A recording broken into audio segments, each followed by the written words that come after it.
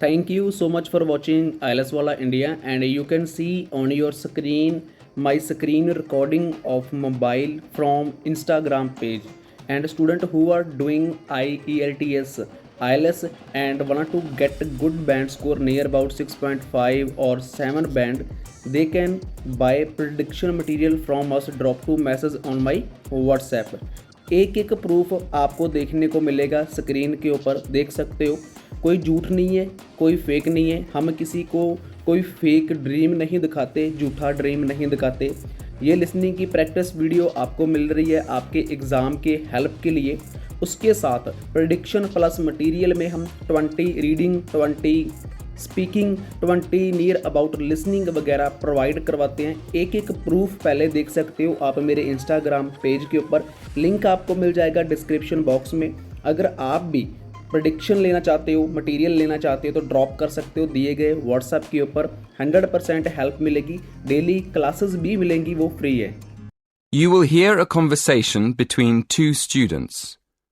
One of them is explaining to the other how to use the university library.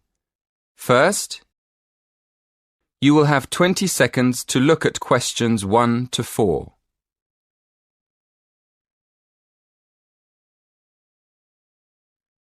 Listen carefully and answer questions 1 to 4. Excuse me, Lily. Could you help me? You know, we've got an essay to write about eating customs across the world. Yeah, we have to borrow some books, don't we?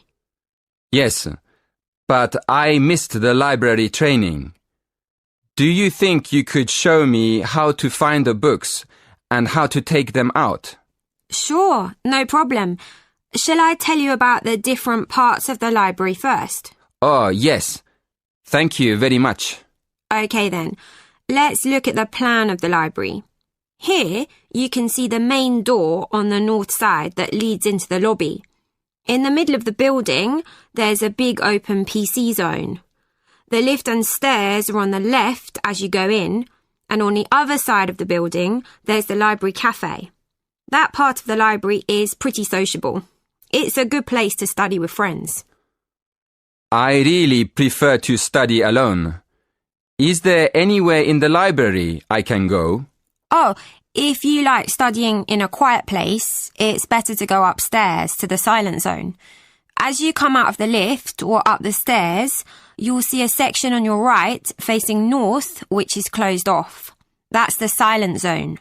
On the other side, facing south, are the bookshelves with all the cookbooks and all... Before you hear the next part of the conversation, you will have to look at questions 5 to 10.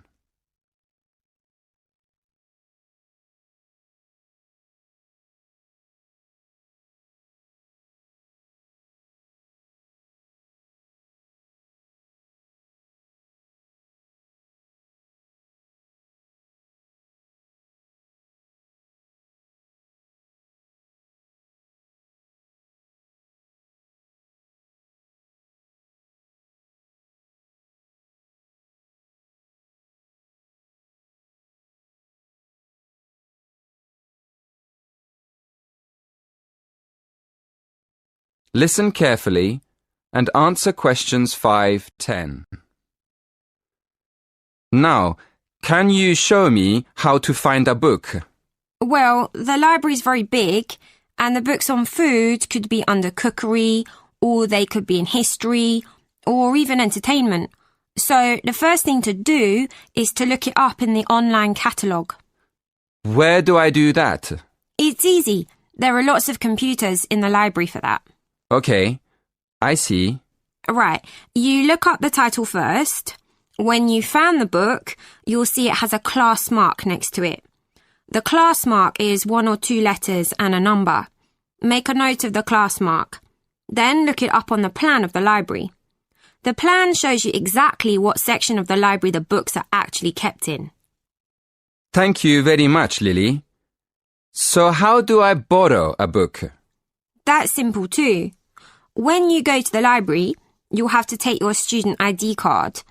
When you want to borrow a book, you take it downstairs to the scanner.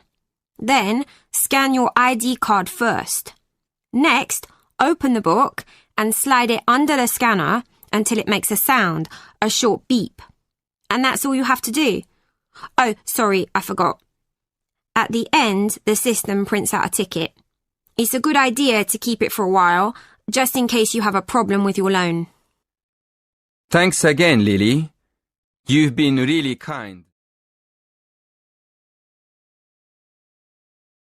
That is the end of part 1. You now have half a minute to check your answers.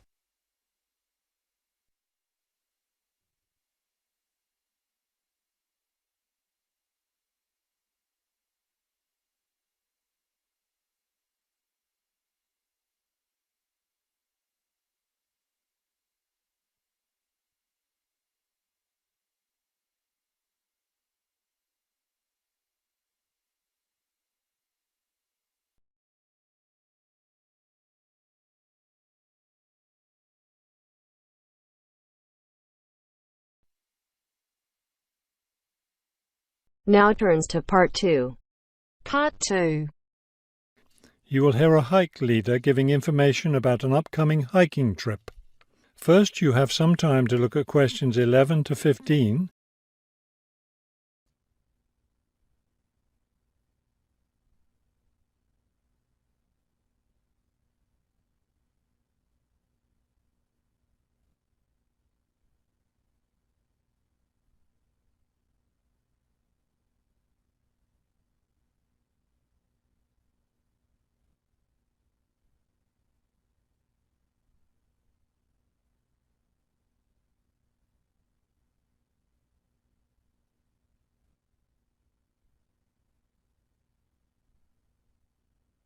As you listen to the first part of the talk, answer questions 11 to 15. Good evening, everyone. As you know, this is our last meeting before we set off on our annual week-long hiking trip. So tonight I'll be telling you everything you'll need to know to be ready for the trip. Let's talk about equipment first. Having the right equipment is essential for your comfort and safety. First, you'll need a warm and comfortable sleeping bag. However, you won't need to worry about carrying a tent, since we'll be sleeping in shelters along the way.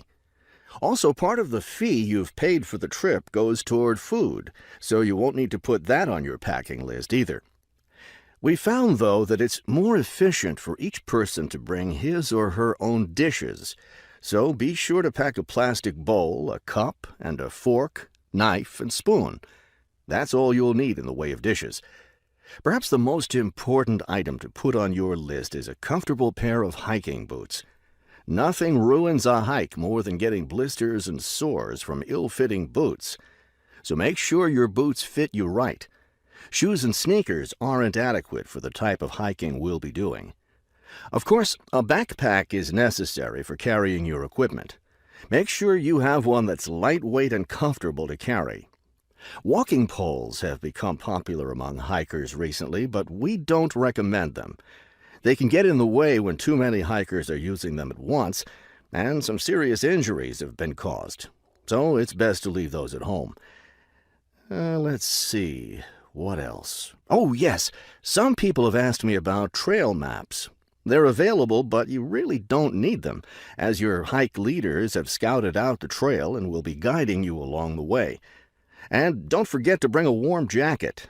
You may think you won't need one in this warm summer weather, but remember that evenings in the mountains can get quite cold. Is there anything else I need to tell you? Oh, yes, your guides will each be carrying a first aid kit, so that's one less thing for you to pack yourself. Remember, you'll be carrying your backpack all day, so keep your load light and don't overpack. Before you hear the rest of the talk, you have some time to look at questions 16 to 20.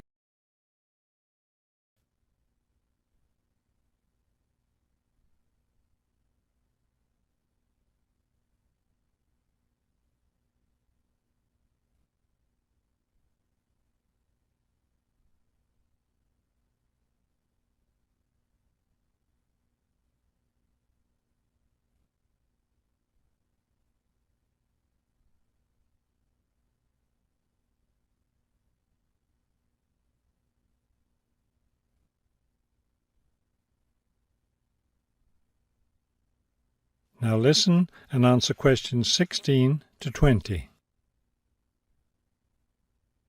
I know you're all experienced hikers, but it's always worth repeating the rules of the trail since they're so important.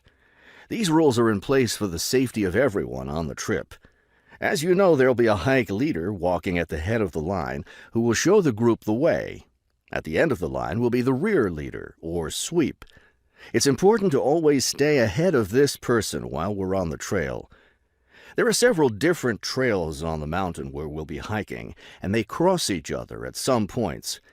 When you come to any intersection of trails, stop and wait for the rest of the group to catch up. This way we can be sure that no one goes off on the wrong trail. Let me emphasize here how important it is to stay on the trail.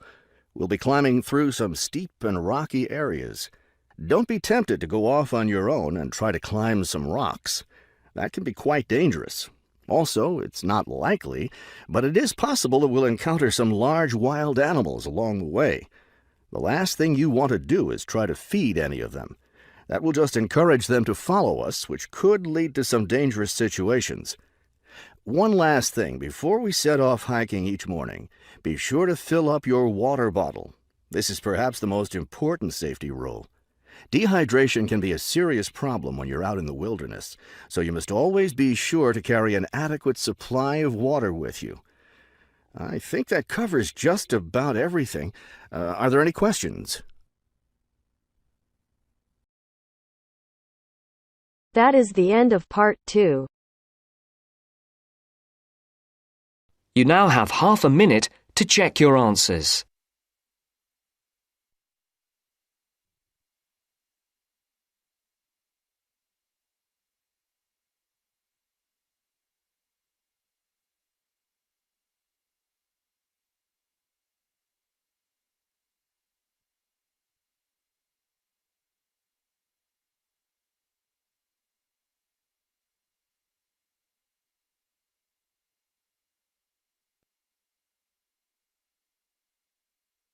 Now turns to part 3.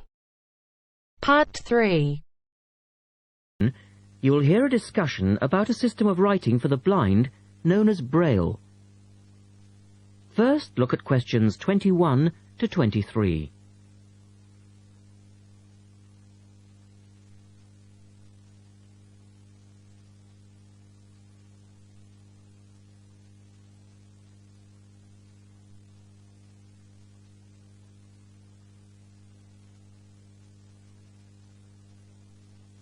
Now listen to the first part of the discussion and complete the notes for questions 21 to 23.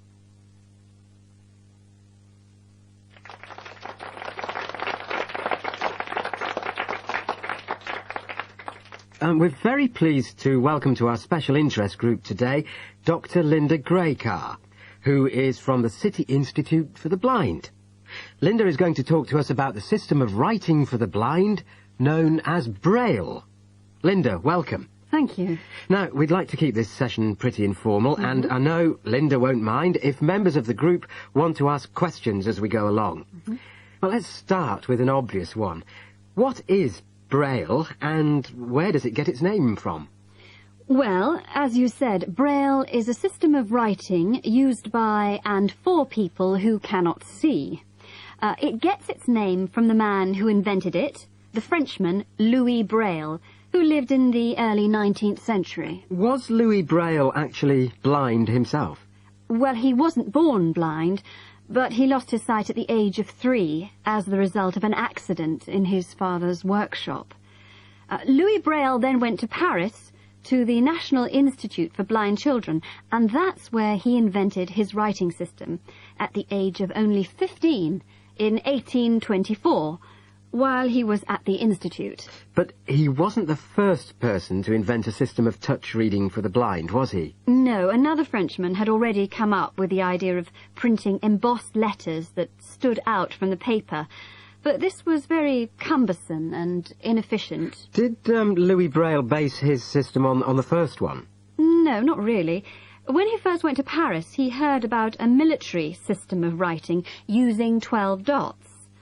This was a system invented by an enterprising French army officer, and it was known as night writing. It wasn't meant for the blind, but rather for battle communications at night. That must have been fun. Look at questions 24 to 30.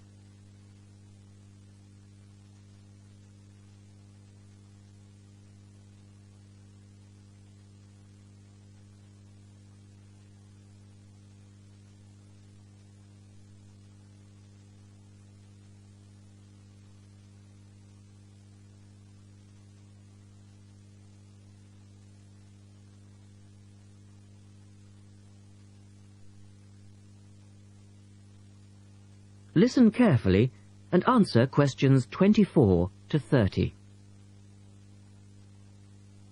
Anyway, Braille took this system as a starting point, but instead of using the 12 dots, which night writing used, he cut the number of dots in half and developed a 6-dot system. Can you give us a little more information about how it works? Well, it's a system of touch reading, which uses an arrangement of raised dots called a cell.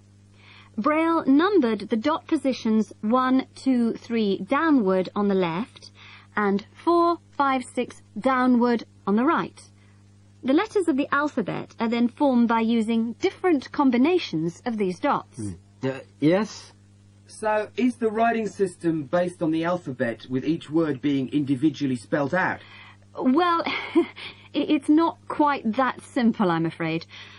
For instance, the first 10 letters of the alphabet are formed using dots 1, 2, 4 and 5. But Braille also has its own short forms for common words. For example, B for the word but and H for have. There are many other contractions like this. So you spell out most words letter by letter, but you use short forms for common words? Yes. Though I think that makes it sound a little easier than it actually is. And was it immediately accepted? I mean, did it catch on straight away? Well, yes and no. It was immediately accepted and used by Braille's fellow students at the school, but the system was not officially adopted until 1854, 2 years after Braille's death. So official acceptance was slow in coming. I suppose it works for all languages which use the Roman alphabet. Yes, it does, with adaptations, of course. Can it be written by hand, or do you need a machine to produce Braille? Well, you can write it by hand onto paper with a device called a slate and stylus. But the trick is that you have to write backwards, from right to left, so that when you turn your sheet over, the dots face upwards and can be read like English from left to right. Oh, I see.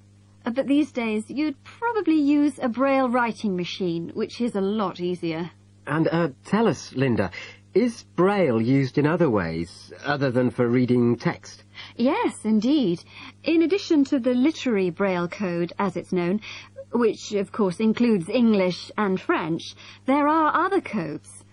For instance, in 1965, they created a form of Braille for mathematics. I can't imagine trying to do maths in Braille. Yes, that does sound difficult, I agree. And there's also a version for scientific notation. Oh, and yes, I almost forgot. There is now a version for music notation as well. Well, thanks, Linda. That was most interesting. Now, does anyone have any last questions? Yes. Roughly how long does it take to learn to read Braille?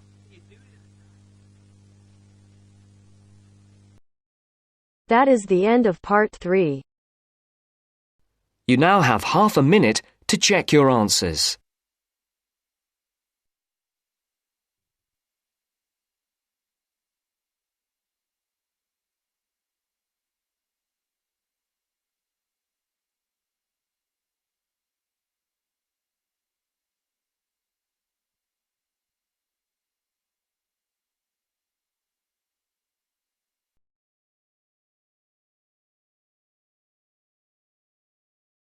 Now turns to part 4. Part 4. Hear a lecture about the history of the tomato. First, you have some time to look at questions 31 to 35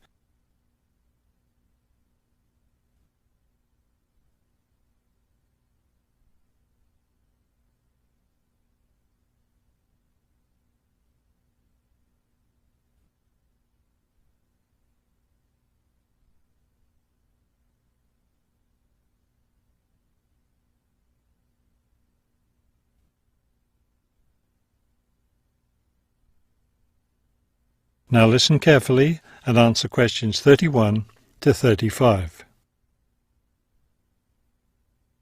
The tomato is a popular vegetable, which figures in the cuisine of many countries around the world. It is particularly prominent in Italian cooking, but it was unknown in Europe until Spanish explorers brought it back from the Americas. The tomato originated in the highlands of Peru. From there, it eventually found its way to Mexico, where it was cultivated by the Aztecs. The Aztec tomato wasn't the large red vegetable we know today. Rather, it was small and yellow. When this small round fruit arrived in Italy, it was named golden apple for its bright yellow color. You'll notice I just called it a fruit. That's because a tomato is botanically a fruit, even though most everyone calls it a vegetable. The actual word tomato comes from the Aztec name for the vegetable, meaning plump thing. The tomato arrived in Europe in the 1500s and quickly became a popular food in Spain and Italy. In the late 1600s, the Italians began publishing recipes that used tomatoes. The British, however, had a different attitude toward the vegetable. It was grown as an ornamental plant in Britain in the 1600s, but it wasn't eaten because it was thought to be poisonous. It wasn't until the 1700s that tomatoes became part of the daily diet in Britain.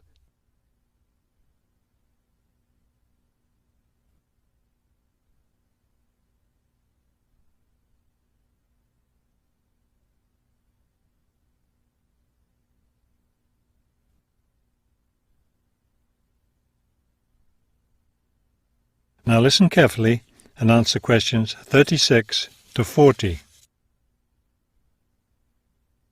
In the United States, tomatoes were also used as ornamental plants rather than as food for a long time.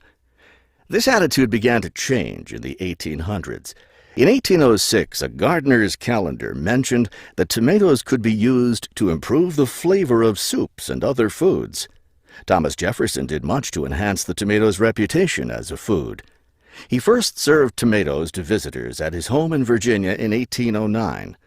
Then in 1820, a man named Robert Gibbon Johnson decided it was time to discard once and for all the idea that tomatoes were poisonous. To prove his point, he ate 1 kilo of ripe red tomatoes in public. 2,000 people gathered to watch this feat, which took place on the steps of the courthouse in Salem, Massachusetts. Amazingly enough, Johnson survived this stunt. The popularity of the tomato as a food began growing rapidly. Soon people all around the country were eating tomatoes. By the 1830s, American newspapers and magazines were publishing thousands of tomato recipes. However, all those recipes involved using tomatoes in some cooked form. Tomato salads and sandwiches were still unknown. It wasn't until a century later, in the 1930s, that it became popular for people to eat raw tomatoes. That is the end of part 4. You now have half a minute to check your answers.